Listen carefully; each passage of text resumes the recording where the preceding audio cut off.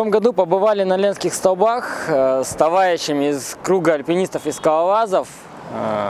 Интересный заповедник, вроде как достопримечательность ЮНЕСКО, но нас удивило то, что во многих местах очень некрасивые и надписи, которые вандалически мешают тем самым красотам и не подчеркивают их настолько.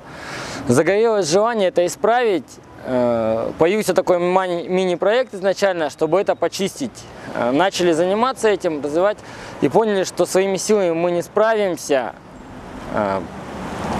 Так как у нас сейчас год молодежи и год экологии идет, у нас организация молодежная, мы решили это сделать, пытаться своими силами, но поняли, что мы это не сможем сделать своими силами, так как у нас нет средств на это и требуются очень большие затраты.